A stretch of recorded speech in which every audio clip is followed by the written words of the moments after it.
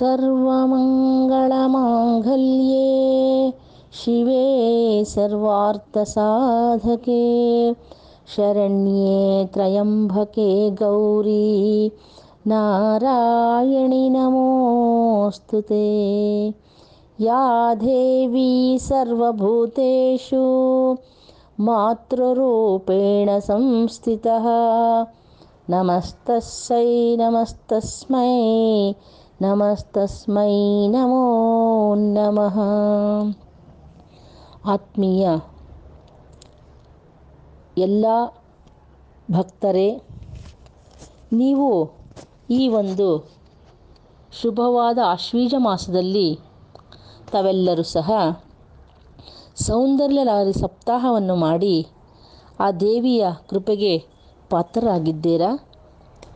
ಆ ದೇವಿಯು ನಿಮ್ಮ ಎಲ್ಲ ಇಚ್ಛೆಗಳನ್ನು ಈಡೇರಿಸಿ ತಮಗೆ ಸುಖ, ಶಾಂತಿ, ನೆಮ್ಮದಿ, ಸನ್ಮಂಗಳವನ್ನು ದಯಪಾಲಿಸಲಿ ಎಂದು ಪ್ರಾರ್ಥಿಸುತ್ತಾ, ಪ್ರಪಂಚದಲ್ಲಿ ಸರ್ವ ಮಾನವರೂ ಸಹ ಪ್ರಾರಬ್ಧಕ್ಕೆ ವಶರಾಗಿದ್ದಾರೆ. ಪ್ರಾರಬ್ಧ ಏನು ಮಾಡುತ್ತಪ್ಪ ಅಂದರೆ ಅದಕ್ಕೆ ಅನುಸಾರವಾಗಿ ಸುಖ ದುಃಖವನ್ನು ನಾವು ಅನುಭವಿಸ್ತಾ ಇದ್ದೀವಿ. ಇಂತಹ ಪ್ರಾರಬ್ಧ ಕರ್ಮಕ್ಕೆ ನಾವು ಎಲ್ಲರೂ ವಶರಾಗಿದ್ದೀವಲ್ಲ. ಎಲ್ಲ ದುಃಖಗಳಿಂದ ನಮಗೆ ಬಿಡುಗಡೆ ಆಗಬೇಕಂದ್ರೆ ಆ ದೇವಿಯ ಅನನ್ಯ ಭಕ್ತಿ ನಮ್ಮಲ್ಲಿರಬೇಕು. ಅದು ನಮಗೆ ಅನನ್ಯ ಭಕ್ತಿ ಇದ್ದ ಪಕ್ಷದಲ್ಲಿ ನಮಗೆ ಮೋಕ್ಷ ಪ್ರಾಪ್ತಿಯಾಗುತ್ತದೆ. ಇದಕ್ಕೆ ನಾವು ಉಪಾಯ ಏನಪ್ಪ ಅಂದರೆ, ಈ ಒಂದು ಸೌಂದರ್ಯಲಹರದಲ್ಲಿ ನಾವೇನು ಮಾಡಿದ್ದೀವಪ್ಪ ಅಂದರೆ, ಮೊದಲು ಏಕೀ ಶ್ಲೋಕವನ್ನು ಹೇಳಿ ಆ ಒಂದು ಜ್ಯೋತಿಯನ್ನು ಬೆಳಗಿಸುವುದರ ಮೂಲಕ ಆ ಒಂದು ದಿವ್ಯವಾದ, ಆ ಸ್ವಾರಸ್ಯವಾದ ಎಂತಹ ಒಂದು ಆತ್ಮತತ್ವವನ್ನು ಆ ಒಂದು ಶ್ಲೋಕದಲ್ಲಿ ಆಚಾರ್ಯ ಶಂಕರರು ನಮಗೆಲ್ಲರಿಗೂ ದಯಪಾಲಿಸಿದ್ದಾರೆ. ಆ ಒಂದು ಶ್ಲೋಕದಿಂದ ನಾವು ಆತ್ಮಜ್ಞಾನವನ್ನು ಪಡೆಯುವಂತಹ ಒಂದು ಏಕೀ ಶ್ಲೋಕ. ಅಂತಹ ಒಂದು ಶ್ಲೋಕವನ್ನು ತಾವು ಎಲ್ಲರೂ ಉಚ್ಚಾರಣೆ ಮಾಡಿ ಸಪ್ತಾಹದಲ್ಲಿ ಪ್ರತಿಯೊಂದು ಮಂತ್ರದಲ್ಲೂ, ಅಂದರೆ ಸೌಂದರ್ಯಲಹರದಲ್ಲಿ ಮಂತ್ರ, ತಂತ್ರ, ಯಂತ್ರ ಈ ಮೂರೂ ಸಹ ಒಳಗೊಂಡಿದೆ. ನಾವು ಯಾವಾಗ ನಾವು ಯಂತ್ರ ಮುಖಾಂತರ ನಾವು ದೇವಿಯನ್ನು ನಾವು ಪ್ರಾರ್ಥಿಸುತ್ತೇವೆಯೋ ಮತ್ತು ಮಂತ್ರದ ಮೂಲಕ ದೇವಿಯನ್ನು ಆರಾಧನೆ ಮಾಡುತ್ತೇವೆಯೋ ಮತ್ತು ಏನಪ್ಪ ಅಂದರೆ ಯಂತ್ರ, ತಂತ್ರ, ಮಂತ್ರ.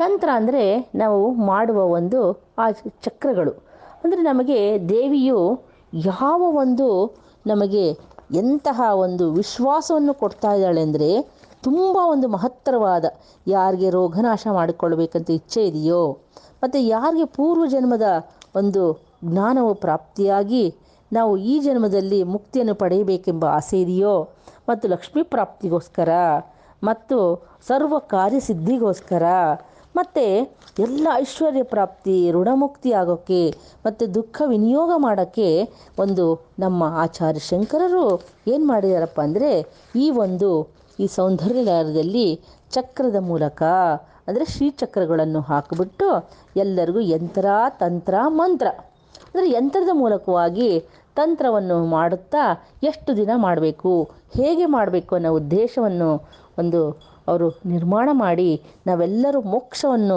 ಪ್ರಾಪ್ತಿ ಮಾಡಿಕೊಳ್ಳಿ ಅಂತ ಹೇಳಿಬಿಟ್ಟು ಉದ್ದೇಶದಿಂದ ನಮ್ಮ ಮೇಲೆ ಅಗಾಧವಾದ ಪ್ರೀತಿಯನ್ನಿಟ್ಟು ಆಚಾರ್ಯ ಶಂಕರರು ನಮ್ಮ ಒಂದು ಅಪೇಕ್ಷೆಯನ್ನು ಪೂರೈಸಿದ್ದಾರೆ. ಮತ್ತು ಶಾಶ್ವತ ಸುಖ ಬರಬೇಕಾದ್ರೆ ನಾವು ಪ್ರಾರಬ್ಧ ಕರ್ಮಕ್ಕೆ ವಶರಾಗ್ಬಿಟ್ಟಿದ್ದೀವಿ. ಆ ಪ್ರಾರಬ್ಧ ಕರ್ಮವು ಇರುವವರೆಗೆ ಏನು ಮಾಡಬೇಕಪ್ಪ ಅಂದರೆ ನಿತ್ಯ ಸುಖ ಶಾಂತಿ ದೊರೆಯಲ್ಲ.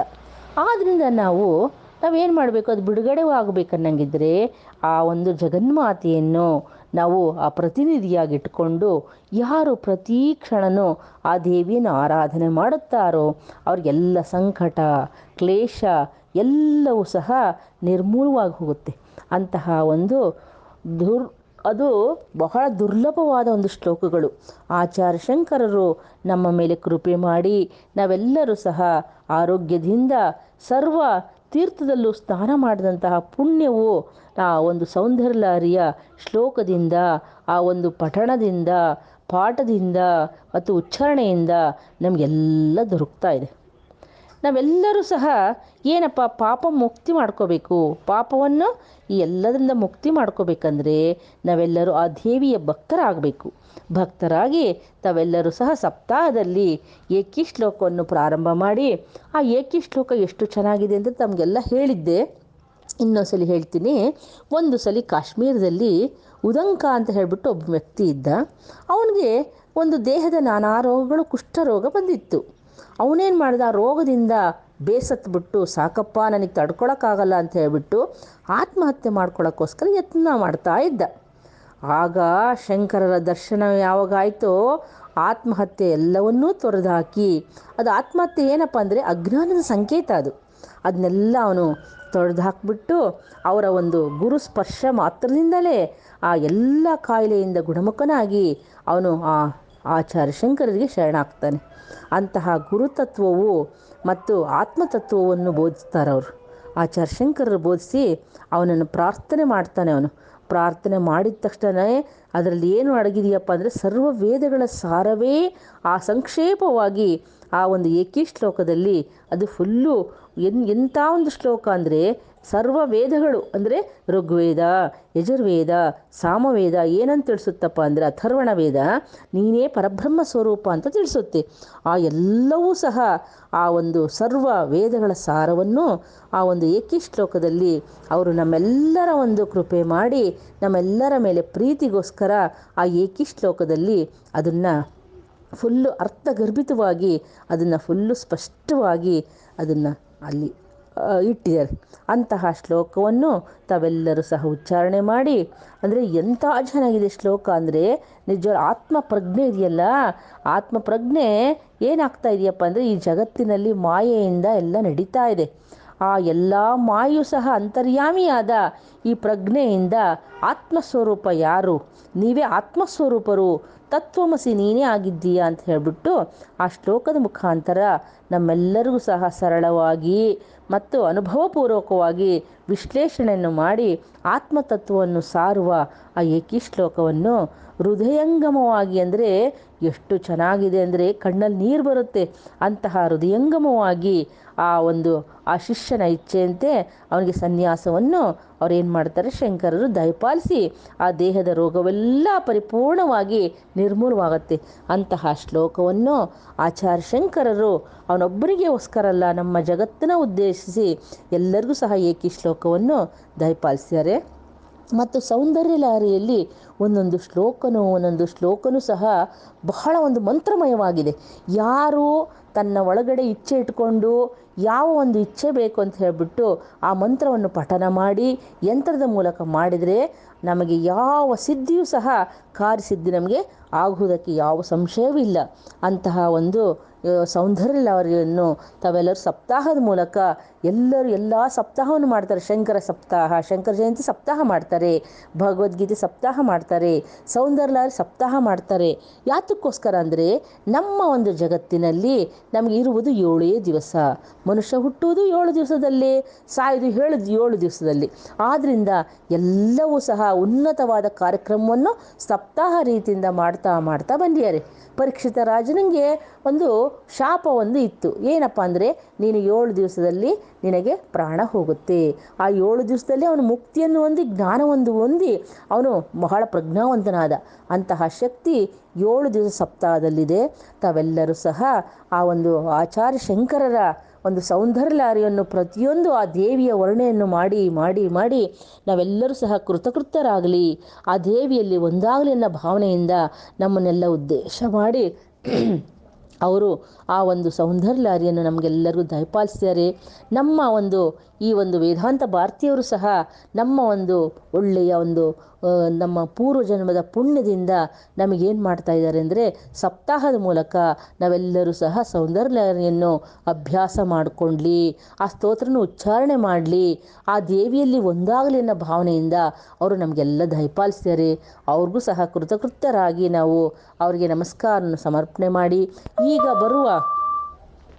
ಈಗ ಏನಾಗಿದೆ ಅಂದರೆ ಈಗ ಮೊನ್ನೆ ಆಶ್ವೀಜ ಮಾಸದಲ್ಲಿ ದೀಪಾವಳಿ ಹಬ್ಬ ನಮಗೆಲ್ಲರಿಗೂ ಸಹ ಪ್ರಾರಂಭವಾಗಿದೆ. ಇವಾಗ ಅಂತಹ ದೀಪಾವಳಿ ಹಬ್ಬದಲ್ಲಿ ನಾವು ಪ್ರತಿದಿನವೂ ಒಂದೊಂದು ನಾವೇನು ಮಾಡ್ತೀವಪ್ಪ ದೀಪಾವಳಿ ಹಬ್ಬ ಅಂದರೆ ಇದೊಂದು ವಿಶೇಷ, ಇದು ಹಿಂದೂಗಳಿಗೆ ಬಹಳ ವಿಶೇಷವಾದ ಹಬ್ಬ ಇದು. ಇದು ಸಕಲ ಸಂಪತ್ತಿನ ಅಧಿದೇವತೆಯಾದ ಲಕ್ಷ್ಮಿಯ ಜನ್ಮದಿನ ಅಂತ ಹೇಳ್ಬಿಟ್ಟು ನಮ್ಮ ಒಂದು ವೇದ ಉಪನಿಷತ್ತಲ್ಲಿ ಹೇಳ್ತಾರೆ. ಮತ್ತು ಆ ಪರ್ವಕಾಲದಲ್ಲಿ ಶ್ರೀಕೃಷ್ಣ ಭಗವಂತನು ಸತ್ಯಭಾಮಾರಥದಲ್ಲಿ ಲೋಕಕಂಟಕನಾದ ನರಕಾಸುರನ್ನು ಸಂಹರಿಸ್ತಾನೆ. ಅದೊಂದು ಒಂದು ಬಹಳ ಒಂದು ಒಂದು ವಿಶ್ಲೇಷ ಒಂದು ಚೆನ್ನಾಗಿದೆ. ನಾವು ಇವಾಗ ಜನ್ಮ ಕೊಟ್ಟಿದ್ದು ಮಕ್ಕಳಿಗೆ ಜನ್ಮ ಕೊಟ್ಟಿರ್ತೀವಲ್ಲ, ಅವ್ರು ಯಾರೇ ಆಗಲಿ, ಇವಾಗ ನರಕಾಸುರಂಗೆ ಭೂದೇವಿ ಜನ್ಮ ಕೊಟ್ಲು ಅಂತ ಹೇಳ್ಬಿಟ್ಟು ಅವನು ಸಮಾಜ ಘಾತಕ, ಅವನು ಲೋಕಕಂಟಕ ಮತ್ತು ಅವನು ಬಹಳ ಒಂದು ಉಗ್ರ ಆದರೂ ಸಹ ಹೆತ್ತವರು ಏನು ಮಾಡಬೇಕು, ಸಹಿಸ್ಕೊಳಕ್ಕಾಗುತ್ತಾ ಅದನ್ನೆಲ್ಲ? ಅದಕ್ಕೋಸ್ಕರ ಹೆತ್ತವರಿಗೆ ಬಹಳ ಒಂದು ಮುಮುಕ್ಷತ್ವದಿಂದ ಅದನ್ನು ಸಂಹಾರ ಮಾಡಿ ಒಂದು ದೇವಿಯ ಒಂದು ಮಾತೃ ಜಗತ್ತಿಗೆ ಏನು ಮಾಡಿದಾಳೆ, ದಯಪಾಲಿಸಿದಾಳೆ. ಆ ವಿಷ್ಣು ವಾಮನ ಅವತಾರದಲ್ಲಿ ಬಂದು ಬಲಿಯ ತಲೆಯ ಮೇಲೆ ಅವನು ಕೀರ್ತಿಶೇಷನಾಗಿ ಬಲಿದಾನವನ್ನು ಬಲಿಪಶು ಎಂಬ ಪದಗಳಿಗೆ ಉನ್ನತವಾದ ದಿನ ಯಾವುದಪ್ಪ ಅಂದರೆ ಈ ದೀಪಾವಳಿ. ಅಂತಹ ಒಂದು ಅವಾಗ ಏನಾಗಿದೆ ಅಂದರೆ ರಾಮನು 14 ವರ್ಷ ವನವಾಸ ಮುಗಿಸ್ಕೊಂಡು ಆಮೇಲೆ ರಾವಣನ ಸಂಹರಿಸಿ ಸೀತಾ ಸಮೇತನಾಗಿ ದೀಪಾವಳಿಯ ಪರ್ವ ದಿನದಲ್ಲಿ ಅಯೋಧ್ಯೆಗೆ ಮರಳಿ ಬಂದ ಅಂತ ಹೇಳ್ಬಿಟ್ಟು ಪೌರಾಣಿಕವಾಗಿ ಆಚರಣೆ ಇದೆ. ಮತ್ತು ಆಶ್ವೀಜ ಮಾಸದ ಕೊನೆಯ, ಇದು ಕಾರ್ತಿಕ ಮಾಸ ಆರಂಭದಲ್ಲಿ ಒಟ್ಟು 5 ದಿನಗಳ ಕಾಲ ಈ ಹಬ್ಬವನ್ನು ಆಚರಣೆ ಮಾಡ್ತಾರೆ ದೀಪಾವಳಿಗೆ. ಆಮೇಲೆ ಶ್ರೀಕೃಷ್ಣನು ನರಕಾಸುರನನ್ನು ಸಂಹರಿಸಿ ಈ ದಿನ ಆಚರಣೆಗೆ ಚಾಲನೆ ತರ್ತಾನೆ. ಮತ್ತು ಹಬ್ಬದ ಮೊದಲನೇ ದಿನ ಧನತ್ರಯೋದಶಿ ಅಂತ ಕರೀತಾರೆ. ಅಂದರೆ ಅದಕ್ಕೆ ಬಹಳ ಒಂದು ವಿಶೇಷವಾದ ಒಂದು ಕತೆ ಇದೆ. ಅದನ್ನೆಲ್ಲ ಹೇಳ್ತಾ ಹೋದರೆ ತುಂಬ ಜಾಸ್ತಿ ಆಗುತ್ತಲ್ವಾ. ತಾವೆಲ್ಲರೂ ಸಹ ಇಂತಹ ಒಂದು ಈ ಸೌಂದರ್ಯ ಸಪ್ತಾಹವನ್ನು ಮಾಡಿ ಮತ್ತು ಭಗವದ್ಗೀತೆಯನ್ನು ಪ್ರತಿ ಬುಧವಾರ ಹೇಳ್ತಾ ಬಂದು ತಾವು ಶ್ರೀಕೃಷ್ಣ ಭಗವಂತನನ್ನು ಹೃದಯದಲ್ಲಿ ಧ್ಯಾನಿಸಿ ಆ ಭಗವಂತನ ಕೃಪೆ ಪಾತ್ರರಾಗಿದ್ದೀರಾ. ತಮ್ಮೆಲ್ಲರಿಗೂ ಸಹ ಆ ದೇವಿ, ಸರ್ವಮಂಗಳ ದೇವಿ ನಿಮಗೆಲ್ಲರೂ ಅನುಗ್ರಹಿಸಲಿ, ದಯಪಾಲಿಸಲಿ. ನೀವೆಲ್ಲರೂ ಸಹ ಇದೇ ಜನ್ಮದಲ್ಲಿ ಮುಕ್ತಿಯನ್ನು ಪಡೆದು ಆ ದೇವಿಯ ಕೃಪೆಗೆ ಪಾತ್ರರಾಗ್ರಿ ಅಂತ ಹೇಳಿ ಶ್ರೀಕೃಷ್ಣ ಭಗವಂತನು ನಿಮ್ಮೆಲ್ಲರಿಗೂ ಸಹ ಸಕಲ ಸನ್ಮಂಗಳನ್ನು ಒದಗಿಸ್ಲಿ, ದಯಪಾಲಿಸಲಿ ಅಂತ ಹೇಳಿಬಿಟ್ಟು ನಾನು ಈ ಮೂಲಕ ಪ್ರಾರ್ಥನೆಯನ್ನು ಮಾಡಿ ತಾವೆಲ್ಲರೂ ಸಹ ದೇವಿಯ ಕೃಪೆ ಸದಾ ನಿಮಗೆ ಸಿಗಲಿ ಅಂತ ಹೇಳಿ ನನ್ನ ಒಂದೆರಡು ಮಾತುಗಳನ್ನು ಆ ದೇವಿಯ ಒಂದು ಪಾದಾರವಿಂದಗಳಿಗೆ ಅರ್ಪಣೆ ಮಾಡ್ತಾ ಇದ್ದೀನಿ. ಹರಿ ಓಂ ತತ್ಸತ್ತು. ನಮ್ಮ ಲೀಲಾ ಅವರು ದೇವಿ ಬಗ್ಗೆ ಮೊನ್ನೆ ತುಂಬ ಚೆನ್ನಾಗಿ ಹಾಡು ಹೇಳಿದ್ದಾರೆ. ಅಂದರೆ ದೇವಿ ಲೋಕದಲ್ಲಿ ಕೀರ್ತಿಗೋಸ್ಕರ ನಾವು ಏನು ಮಾಡಬೇಕು ಅನ್ನೋದನ್ನು ತುಂಬ ಚೆನ್ನಾಗಿ ಹಾಡಿನ ಮುಖಾಂತರ ಹೇಳಿದ್ದಾರೆ. ತುಂಬ ಚೆನ್ನಾಗಿದೆ. ಆ ಒಂದು ಹಾಡನ್ನು ತಾವೆಲ್ಲರೂ ಕಲಿತು ಆಗಾಗ್ಗೆ ಉಚ್ಚಾರಣೆ ಮಾಡ್ತಾ ಆ ದೇವಿಯ ಕೃಪೆಗೆ ಪಾತ್ರರಾಗ್ರಿ ಅಂತ ಹೇಳ್ಬಿಟ್ಟು ಹೇಳಿ ನನ್ನ ಒಂದೆರಡು ಮಾತುಗಳನ್ನು ಮುಗಿಸ್ತಾ ಇದ್ದೇನೆ. ಹರಿ ಓಂ ತತ್ಸತ್.